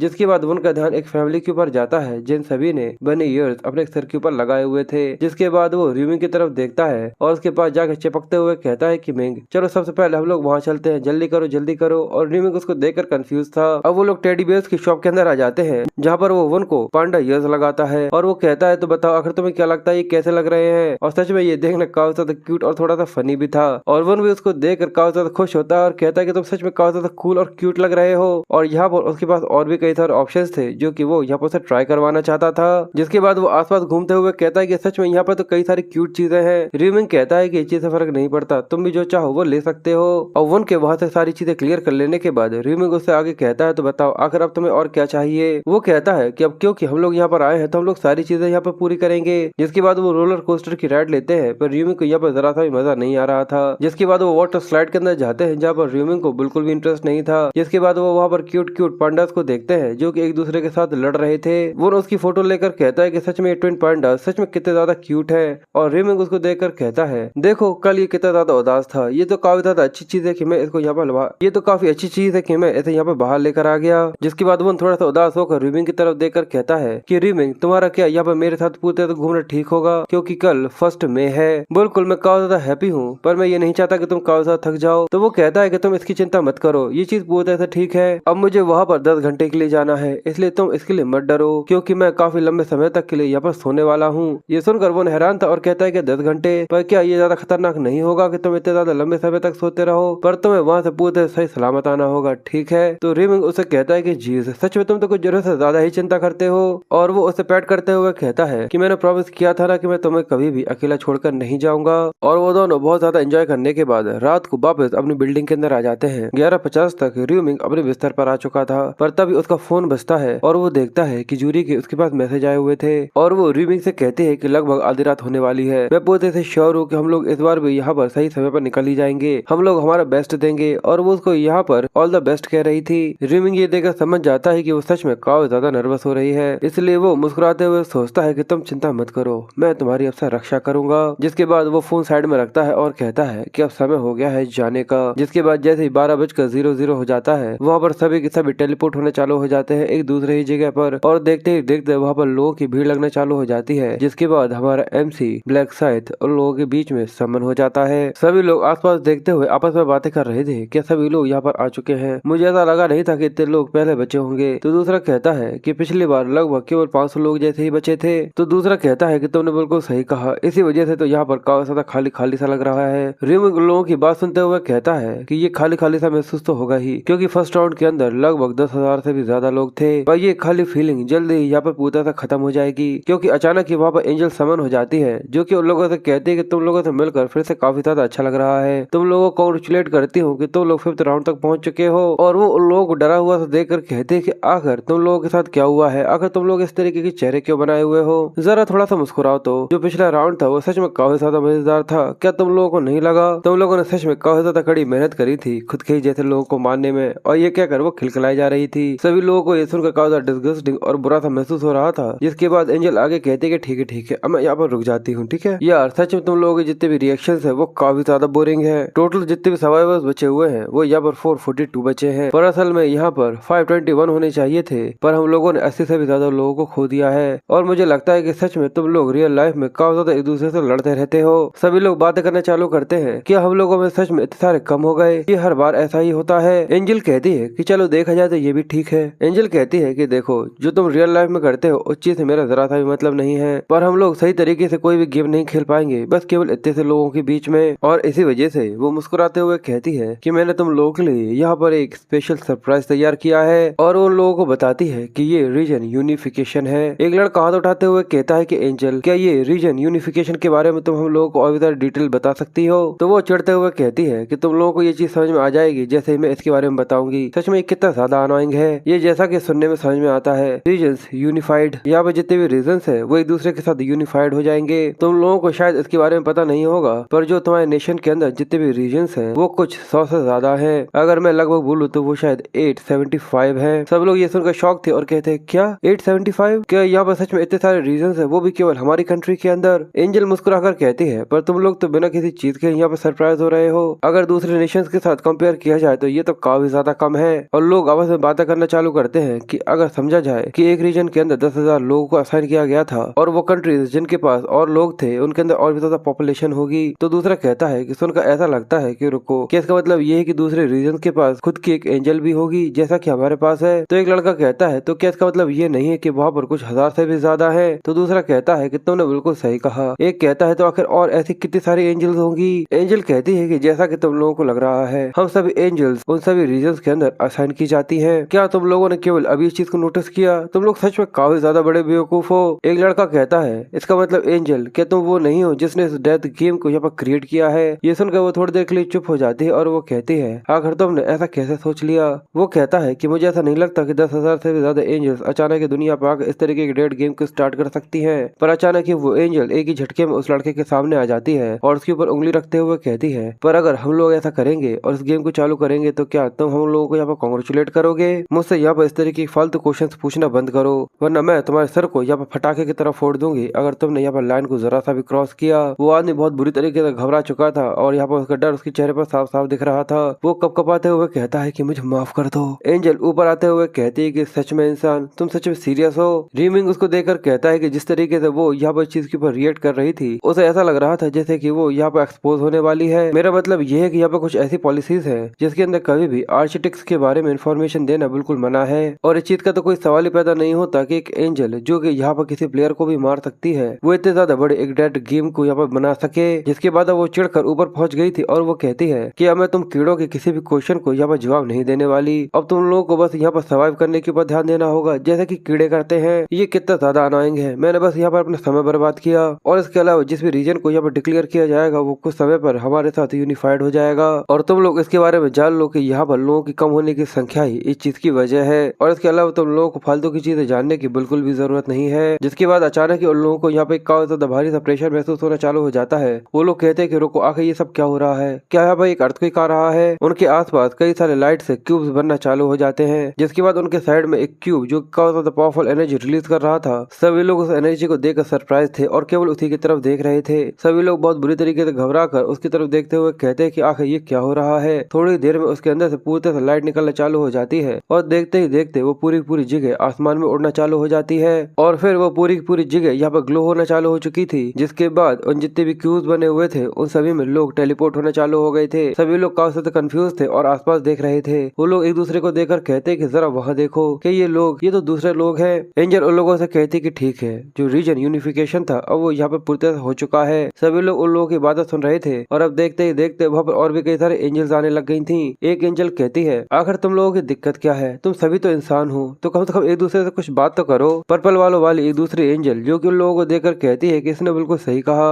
आखिर तुम लोग और कितने लंबे समय तक इस तरीके से ऑकवर्डनेस के अंदर एक दूसरे के सामने खड़े रहने के बारे में सोच रहे हो? वो लोग यहाँ पर ये देखकर सरप्राइज थे कि यहाँ पर अलग अलग एंजल्स हैं और वो देखते हैं कि यहाँ पर असल में 10 एंजल्स हैं जो कि एक दूसरे के साथ खड़ी हुई थी। एक एंजल आगे आकर कहती है कि हेलो इंसानों, तुम लोगों ने अपने एंजल रिप्रेजेंटेटिव से सुना ही होगा कि जितने भी रीजन्स हैं उनके सर्वाइवर के कम होने की वजह से ये सभी एक दूसरे के साथ यूनिफाइड हो गए हैं। अभी यहाँ पर 10 रीजन्स है जो कि एक दूसरे के साथ यूनिफाइड होकर अब एक बन चुके हैं। जिसकी वजह से अब यहाँ पर टोटल लोगों की संख्या 4844 हो चुकी है। सभी लोग सरप्राइज थे और वो कहते हैं कि 10 रीजन्स एक दूसरे में फ्यूज हो गए हैं और क्या यहाँ पर 5000 लोगों के आसपास हम लोगों की संख्या है। देखकर लगता है कि अब यहाँ पर हम लोग काफी ज्यादा बढ़ चुके हैं। दूसरी एंजल कहती है कि दूसरे रीजन्स ने भी एक दूसरे के साथ यूनिफाइड करना चालू कर दिया है जिससे वो अपने नंबर्स बढ़ा सके। और ये तो नेचुरल सी बात है कि जैसे रीजन्स एक दूसरे के साथ यहाँ पर फ्यूज होंगे, कंबाइंड रीजन का नाम भी यहाँ पर बदल जाएगा और अब तुम लोग जिस रीजन के अंदर हो उसका नाम CSEKD007 है और ये केवल कोरिया के प्लेयर्स के लिए ही बनाया गया है। सभी लोग फिर से बातें करना चालू करते हैं कि यहाँ पर जितने भी लोग हैं वो सभी कोरिया से हैं। ये तो काफी ज्यादा अच्छा है कि हम लोग एक दूसरे के साथ अच्छी तरीके से कम्युनिकेट कर सकते हैं। र्यूमिंग आसपास देखते हुए कहता है कि ये बताने की जरूरत नहीं है कि ये आखिरी बार नहीं है कि इस तरीके का रीजन यूनिफिकेशन यहाँ पर होने वाला है। हर बार जैसे प्लेयर्स की संख्या 500 से कम हो जाएगी यहाँ पर रीजन यूनिफिकेशन चालू हो जाएगा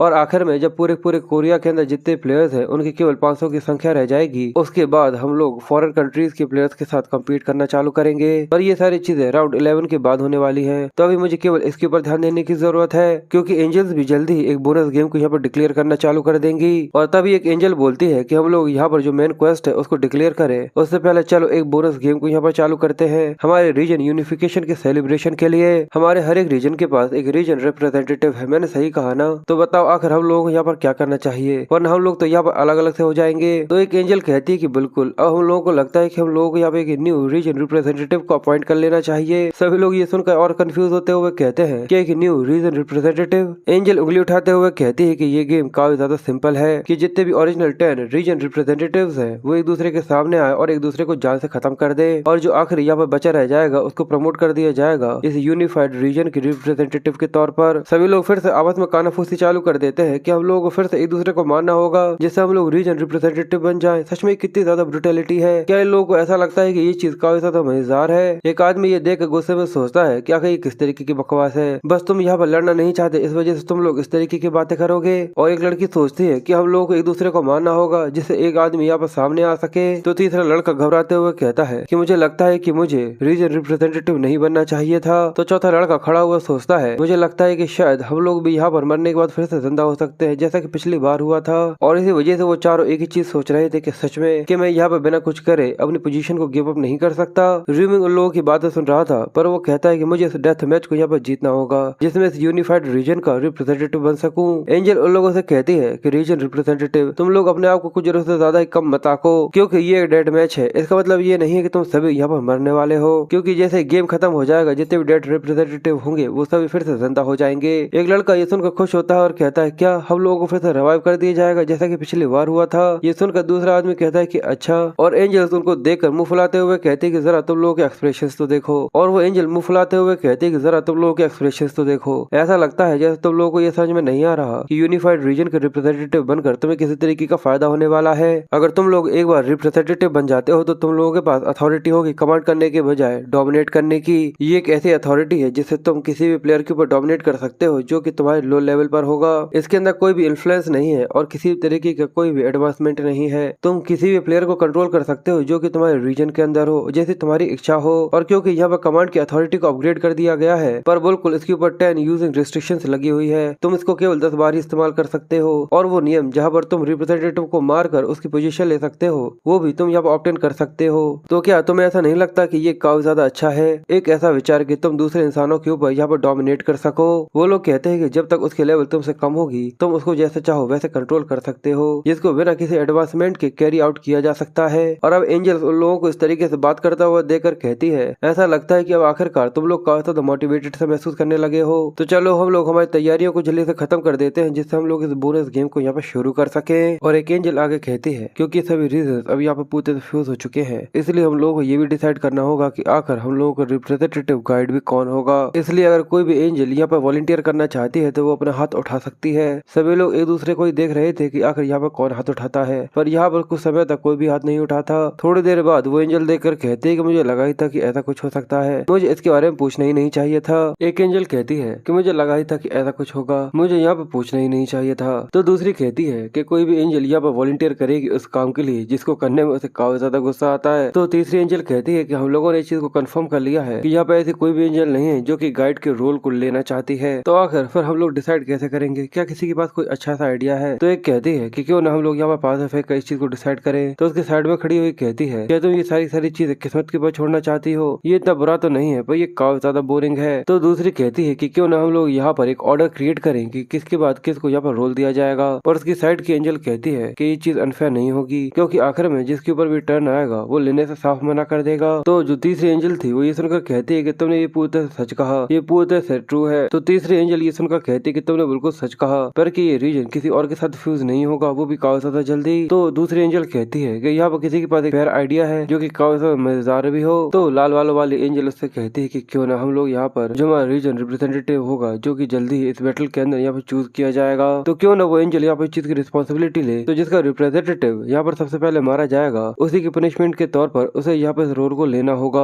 ये सुनने के बाद सभी एंजल्स इसकी तारीफ करते हुए कहते हैं कि ये तो काफी ज्यादा मजेदार है, ये तो सच में काफी ज्यादा अच्छा आइडिया है, मुझे ये तरीका पसंद आया। तो आखिर कौन कौन इस चीज से एग्री है, और सभी लोग यहाँ पर इस चीज के लिए एग्री कर देते हैं। पर तभी एक एंजल कहती है कि रुक जाओ। वो कहती है कि हम लोग ऐसा करने के बजाय ऐसा भी तो कर सकते हैं कि वो इंसान जो कि सबसे पहले यहाँ पर मारा जाए, हम लोग इस चीज के ऊपर फोकस करते हैं कि आखिर में बचा हुआ इंसान कौन होगा, और वो एंजल जो कि रिस्पॉन्सिबल होगी वो यहाँ की किंग बनेगी। लाल वालों वाली एंजल उससे कहती है कि किंग। तो उसके साइड खड़ी हुई एंजल उससे कहती है कि जैसा कि इस शब्द का मतलब है, दूसरे एंजल्स को या वो उसको पूरे सबमिट करना होगा। तो उसके साइड खड़ी हुई एंजल कहती है कि बाकी सभी एंजल्स को किंग के कमांड्स को यहाँ पर पूरे से फुल्ली सबमिट करना होगा। अगर मैं इसका एग्जांपल दूं, तो अगर किसी भी यहाँ पर एंजल को यहाँ पर गार्ड के लिए डिसाइड किया जाता है, तो उस एंजल को इस तो से ये काम यहाँ पर करना ही होगा, क्योंकि ये उसके किंग ने कहा है। दूसरे एंजल ये सुनकर कहती है इसका मतलब अगर हमारे इंसान यहाँ पर जीत जाते हैं तो उसके साथ हम भी जीत जाएंगे, और अगर हम लोग जीत जाते हैं तो हम लोग यहाँ पर किंग की तरफ प्ले करेंगे जैसा कि हमारे इंसान करेंगे। बाकी सभी एंजल्स को भी ये सुनकर काफी ज्यादा मजा आता है और कहते हैं कि किंग, ये सुनने में मुझे काफी ज्यादा इंटरेस्टिंग सा लगता है, तो चलो इस चीज को यहाँ पर आगे बढ़ाते हैं। वो लाल वालों वाली एंजल कहती है कि तुम यहाँ पर जीतने वाले को किंग बनाने के बारे में कह रही हो, ऐसा लगता है कि तुम्हें अपने ऊपर कुछ जरूरत से ज्यादा ही भरोसा है। तो वो कहती है कि हाँ बिल्कुल, मुझे बहुत ज्यादा भरोसा है। पर लाल वालों वाली कहती है कि किसको पता, पर जो मेरा रीजन रिप्रेजेंटेटिव है उसको हराना इतना भी ज्यादा आसान नहीं, क्योंकि मेरा जो इंसान है वो कभी भी रैंक नंबर 1 से अपने रीजन के अंदर कभी भी हारा नहीं है। ये सुनने के बाद वो कहती है कि सच में, और वो खुश होकर कहती है कि ये सच में कितनी ज्यादा बड़ी बेवकूफ है, ये केवल अपने रीजन के अंदर रैंक नंबर 1 पर आने की वजह से इतनी ज्यादा खुश हो रही है, पर ये तो सच में यहाँ पे एक झटके की वजह से जाकर जमीन पर गिर जाएगी अगर इसे ये पता चला कि जो मेरे रीजन रिप्रेजेंटेटिव है आखिर वो कौन है।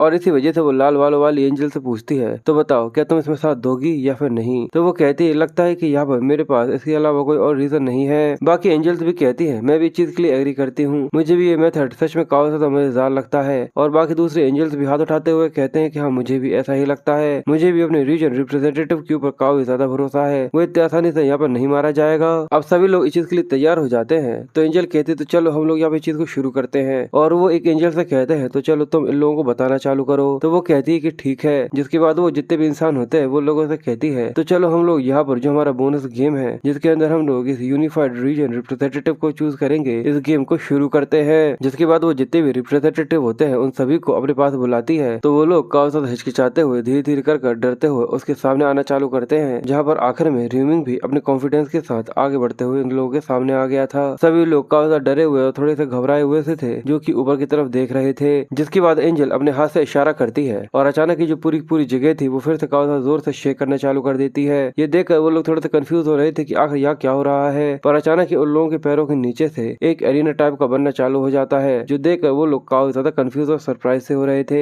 देखते ही देखते कि एरिना क्रिएट हो गया था, जो कि साइज में काफी ज्यादा बड़ा था। सभी लोग अपने आसपास इस एरिना को देखकर थोड़े सरप्राइज थे और आसपास देख रहे थे। जिसके बाद एंजल उन लोगों से कहती है तो चलो हम लोग यहाँ पर हमारे डेड मैच को शुरू करते हैं, जहाँ पर या तो तुम्हें मारना होगा या फिर खुद मरना होगा, और ये तब तक चलेगा जब तक इस एरिना के अंदर एक आखिरी इंसान नहीं बचेगा। पर अगर तुम एरिना को यहाँ पर छोड़कर चले जाते हो तो तुम यहाँ पर रिवाइव नहीं हो पाओगे, इसलिए इस चीज की बिल्कुल भी कोशिश मत करना कि तुम यहाँ से गलती से भी बाहर चले जाओ, क्योंकि इसकी वजह से तुम्हारी जान सच में यहाँ पर जा भी सकती है। तो चलो अब इस चीज को यहाँ पर शुरू करते हैं। ये सुनने के बाद जितने भी रिप्रेजेंटेटिव्स थे वो अपने हथियारों को निकालना चालू करते हैं, और वो लोग केवल एक दूसरे को ही देख रहे थे कि आखिर वो एक दूसरे से लड़ना कब चालू करेंगे। स्काउट वाला बंदा सोचता है मैं यहाँ पे एक राजा बन जाऊंगा अगर मैं इन दूसरे 9 लोगों को यहाँ पर मार देता हूँ, और देखकर लगता है कि अभी तक किसी ने भी अपना पहला मूव नहीं लिया है। सभी लोग काफी ज्यादा क्यूरियस है। मेरा मतलब ये है कि अगर यहाँ पर जितने भी लोग हैं वो सभी रीजन रिप्रेजेंटेटिव्स हैं, इसका मतलब तो यही है कि उनके पास काफी ज्यादा स्किल्स तो जरूर होंगे, पर इसके अलावा मुझे ऐसा नहीं लगता कि यहाँ पर ऐसा कोई कमी ना होगा जो कि मुझसे काफी ज्यादा ताकतवर हो। और मैंने अपने रीजन के अंदर अपनी रैंक को एक बार भी नहीं खोया था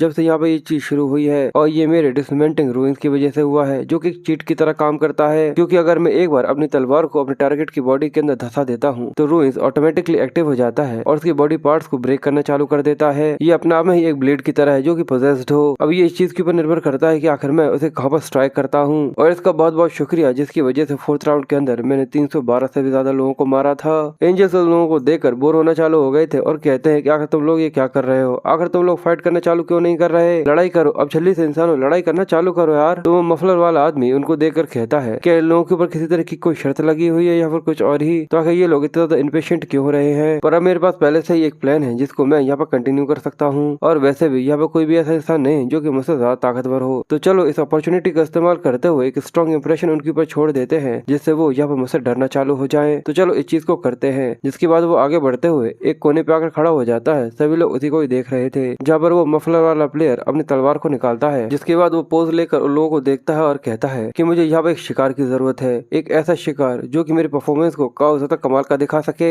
और इसलिए वो आगे कहता है, तो चलो तुम लोगों में से कोई भी यहाँ पर आने के लिए तैयार हो जाओ, क्योंकि तुम लोगों में से कोई भी जैसे यहाँ पर आएगा तो मैं तुरंत ही उन लोगों को यहाँ पर खत्म करना चालू कर दूंगा। पर वो लोग देखते हैं कि ब्लैक साइथ यहाँ पर आगे बढ़ना चालू करता है, पर हम लोग देखते हैं कि हमारा एमसी यानी ब्लैक साइथ यहाँ पर आगे बढ़ना चालू करता है और उसकी आंखों में किसी भी तरीके का कोई भी डर नहीं दिख रहा था। पर ये देखकर वो मफलर वाला हंटर सोचता है कि आखिरकार मेरा पहला सेक्रीफाइस यहाँ पर आने लगा है। पर सच में ये बेवकूफों की तरह इतना ज्यादा बड़ा साइथ क्यों रखे हुए है, ऐसा वेपन तो बिल्कुल भी कॉमन नहीं हो सकता। पर मैंने अभी तक ऐसा कोई भी इंसान नहीं देखा जिसका निकनेम उसके ऊपर किसी तरीके का साइथ पहले कभी लिखा हुआ हो। पर ये तो पहली बार है कि मैं यहाँ पर सच में किसी ऐसे इंसान को देख रहा हूँ जिसने इसको इस्तेमाल किया है। और तभी उसका ध्यान रीमी के यूजर नेम यानी ब्लैक साइथ के ऊपर जाता है। ये देखकर वो हैरान होते हुए कहता है क्या कि ये तो ब्लैक साइथ है, इसका यूजर नेम ब्लैक साइथ है। पर वो अपने आप को समझाने की कोशिश कर रहा था कि शायद ये कोई और हो सकता है जिसका सेम नेम हो, पर ऐसा नहीं हो सकता। पर मैं पूरी तरह से चीज के लिए श्योर हूँ कि हम लोग एक दूसरे के जैसा निकनेम नहीं रख सकते। और अब वो यहाँ पर पूरी तरह से हार मान चुका था और वो कहता है इसका मतलब ये तो सच में वही इंसान है, सभी रीजन्स के अंदर नंबर 1 रैंक पर आने वाला ब्लैक साइथ, जिसकी लेवल 30 है। बाकी एंजल्स ब्लैक साइथ को देखकर कहते हैं कि आखिर इंसान की दिक्कत क्या है। उसको देखकर लगता है कि वो सच में काफी ज्यादा कॉन्फिडेंट से भरा हुआ है, पर आखिर दूसरे को देखकर ऐसा क्यों लग रहा है कि वो एक ही जगह पर रुक गया हो। जिसके बाद एक एंजल लाल बालों वाले एंजल से पूछती है कि ये तुम्हारा रीजन रिप्रेजेंटेटिव है, और उसे ये देखकर काफी ज्यादा गुस्सा आ रहा था, पर वो उसे कोई भी जवाब नहीं देती। और वो सोचती है क्या ये यहाँ पर क्या कर रहा है, ये बेवकूफ इंसान कहीं का, और आखिर तुम एक ही जगह पर क्यों खड़े हुए हो। पर तब उसके साइड की जो एंजल थी वो ये देखकर खिलखिलाने चालू कर देती है और उसे काफी ज्यादा मजा आ रहा था। ये देखकर लाल बालों वाली एंजल गुस्से में कहती है कि आखिर इस सब में इतना ज्यादा मजेदार क्या है। वो कहती है कि मुझे माफ करना, पर जो मैं यहाँ पर देख रही हूँ वो सच में काफी ज्यादा हिलेरियस है। जरा उस इंसान को देखो, वो किस तरीके से मेरे रीजन रिप्रेजेंटेटिव को देखकर इतने बुरी तरीके से कपकपा रहा है जैसे कि कोई वो घास का पत्ता हो।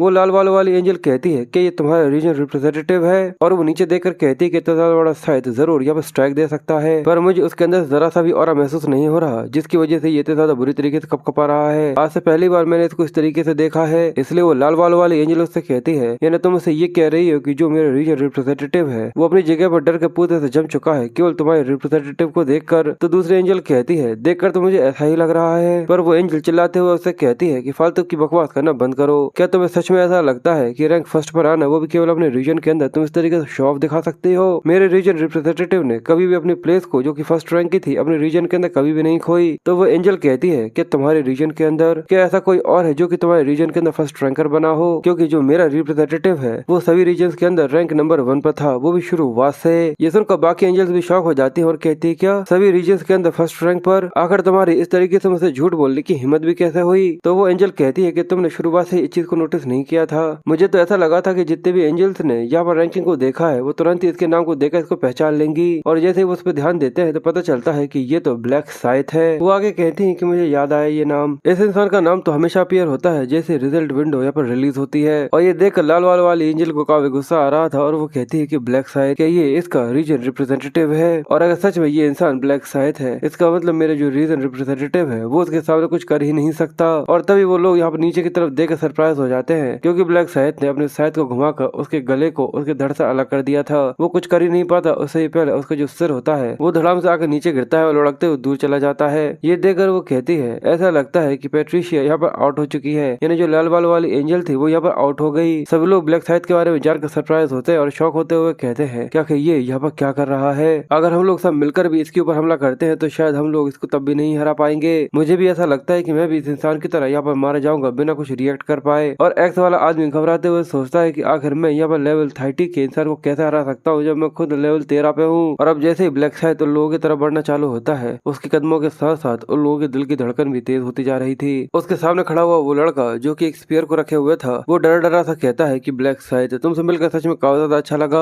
मुझे सच में ये जानकर काफी ज्यादा खुशी हो रही है कि मैं उस रीजन के अंदर हूँ जिसके अंदर फेमस ब्लैक साइड है। सच में इस खुशी की वजह से ऐसा ना हो कि मुझे यहाँ पर आंसू आना चालू हो जाए। पर र्यूमिंग यहाँ पर कहाँ रुकने वाला था। जैसे ही वो आगे बढ़ता है तो वो आदमी और ज्यादा पीछे होते हुए कहता है कि जरा 1 मिनट के लिए रुक जाओ, क्या हम लोग यहाँ पर बात नहीं कर सकते। और लड़की अपने हथियारों को रखते हुए कहती कि देखो मेरे पास अब कोई हथियार भी नहीं है, मैंने यहाँ पर हार मान ली है, मैं तो तुमसे यहाँ पर लड़ना भी नहीं चाहती। ये देखा वो लड़का भी सरप्राइज हो गया था, जिसके बाद वो चिल्लाते हुए कहता है कि एंजल मैं यहाँ पर सरेंडर कर रहा हूँ, इस चीज को कंसिडर करो। वो लड़की भी कहती है कि हाँ मैं भी यहाँ पर सरेंडर करती हूँ। बाकी सभी लोग भी अपने हथियारों को रखते हुए कहते हैं कि मैं भी यहाँ पर सरेंडर करता हूँ। एंजल्स ये देख कर हैरान थे और कहते कि आखिर ये कितना ज्यादा अजीब सा बिहेवियर है कि इन लोगों ने यहाँ पर ये कहा कि वो लोग यहाँ पर ऐसे बिल्कुल भी नहीं लड़ सकते। आखिर ये किस तरीके के इंसान है। इन लोगों ने इस गेम के मजे को पूरी तरह खत्म कर दिया है और इसी वजह से एंजल्स को काफी गुस्सा आ रहा था और वो चिल्लाते हुए उनसे कहती है कि हम लोग, मैं यहाँ पर तुम लोगों को वार्न करती हूँ, मैं खुद ही उसकी यहाँ पर सिर को फोड़ दूंगी जो कि यहाँ पर सरेंडर करने के बारे में सोचेगा भी, और इसके अलावा रिवाइव होने के बारे में पूरी तरह से भूल जाओ अगर तुम कुछ ऐसा करने के बारे में सोच रहे हो। ये सुनने के बाद वो लोग बहुत बुरी तरीके से घबरा चुके थे और अब यहाँ पर उन लोगों के पास लड़ने के अलावा कोई और चॉइस नहीं बची थी। इसलिए वो लोग हिचकिचाते हुए धीरे धीरे कर अपने हथियारों को निकाल कर ब्लैक साइड के सामने रखना चालू कर देते हैं। और एक्स वाला लड़का उससे कहता है कि हम लोग यहाँ पर 8 लोग हैं, शायद हम लोग यहाँ पर इसे जीत भी सके। और रिमिंग उनको देखकर कहता है इसका मतलब एंजल्स मुझसे भी काफी ज्यादा डरावनी है। देखकर लगता है कि वो सभी एक साथ मेरे ऊपर अटैक करने के बारे में प्लान कर रहे हैं। पर वो मुस्कुराते हुए सोचता है कि इस चीज से फर्क नहीं पड़ता कि आखिर कितनी भी सारी चीटियां हो, वो कुछ भी करने की कोशिश क्यों न कर ले, पर आखिर में वो केवल चीटियां ही रहती हैं। वो लोग रिमिंग को मुस्कुराता हुआ देखकर कहते हैं कि ये कमीना यहाँ पर हम लोगों को देखकर मुस्कुरा रहा है, इसका मतलब इसका कॉन्फिडेंस बस इसके लेवल की वजह से, क्योंकि वो काफी ज्यादा हाई है। पर हम लोग भी वो रैंकर्स है जो कि अपने रीजन के अंदर काफी अच्छे तरीके से जाने जाते हैं और इसी वजह से वो सभी एक साथ रिमिंग के ऊपर हमला करने के बारे में डिसाइड कर तेजी से उसके ऊपर जंप करते हैं और कहते हैं कि इसे खत्म कर दो।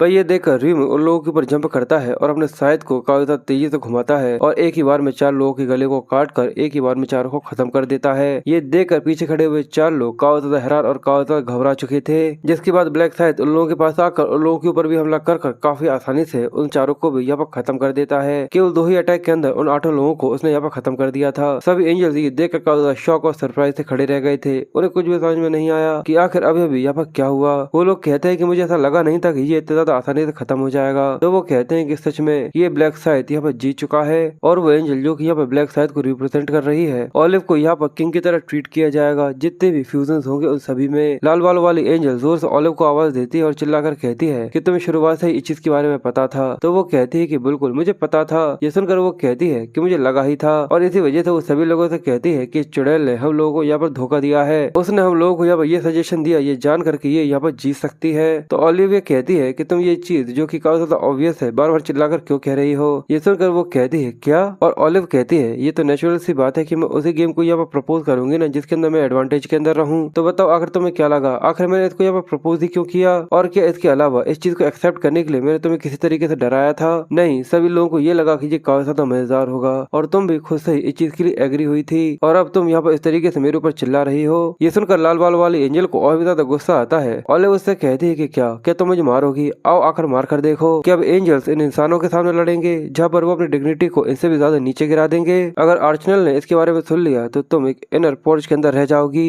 ये सुनने के बाद वो लाल बाल वाली एंजल घबरा जाती है और कहती है क्या इनर पाउच, सब कुछ करवा लो बस उस चीज को छोड़कर, क्योंकि वहाँ पर कई सारे कीड़े होते हैं जो कि उसे बहुत बुरी तरीके से काट कर परेशान करते हैं और काफी लाखों सालों तक, जिस वजह से ऑलिव उससे आगे कहती है तब बताओ क्या हुआ, कि अब तुम मुझसे और ज्यादा आगे नहीं लड़ना चाहती। ये सुनकर वो लाल बाल वाली एंजल पूरे चुप हो गई थी और वो आगे कहती है अगर ऐसा ही है तो जरा देखो अब मैं यहाँ की राजा हूँ क्योंकि मैं जीत चुकी हूँ, इसलिए अब तुम यहाँ पे जितने भी यूनिफाइड रीजन्स हैं इस समय के अंदर उन लोगों को गाइड करोगी। ये सुनकर वो कहती है कि आखिर कितने लंबे समय तक, वो कहती है जब तक मुझे अच्छा ना लगे। ये सुनकर वो अपनी जगह पर खड़ी रह गई थी। तो ऑलिव उससे कहती है कि आखिर तुम क्या कर रही हो, जाओ जाकर अपना काम करो। अब वो नीचे की तरफ जाने लगी थी, जिसके बाद वो लाल बाल वाले एंजल नीचे की तरफ जाकर उन लोगों को गाइड करना चालू करने वाली थी और सभी लोग उसको देखकर कहते हैं कि जरा देखो तो, और इसने सोचा था कि वो इस तरीके की बैट को यहाँ पर जीत सकती है। लाल बाल वाले एंजल इंसानों के पास आकर कहती है कि इंसानों, जैसा कि अब तुम लोग देख चुके हो कि जो यूनिफाइड रीजन रिप्रेजेंटेटिव है उसको यहाँ पर डिसाइड कर लिया गया है और अब यहाँ पर इस रीजन का जो रिप्रेजेंटेटिव था वो और कोई नहीं बल्कि ब्लैक साइड बन चुका था, जिसकी वजह से उसे यहाँ पर एक temporary skill authority of domination भी मिलता है। सभी लोग आपस में बातें करने लगे थे। मुझे लगा ही था कि ब्लैक साइड ही रीजन रिप्रेजेंटेटिव बनेगा क्योंकि वो लेवल 30 पर है तो वो किसी को भी कमांड कर सकता है, मुझे उसके साथ हमेशा अच्छा ही रहना होगा। जिसके बाद वो लाल बाल वाले एंजल कहती है क्योंकि अब ये चीज डिसाइड हो गई है तो बाकी जितने प्लेयर्स उन सभी को रिवाइव कर दिया जाता है और वो अपने पंखों को घुमाती है और ब्लैक साइड के आसपास जितने भी वो 9 लोग पड़े हुए थे वो अचानक ही उठकर बैठ जाते हैं। वो लोग घबराते हुए कहते हैं कि आखिर यहाँ पर क्या हुआ। मुझे डेफिनेटली याद है कि मेरी बॉडी को 2 हिस्सों के अंदर काट दिया गया था।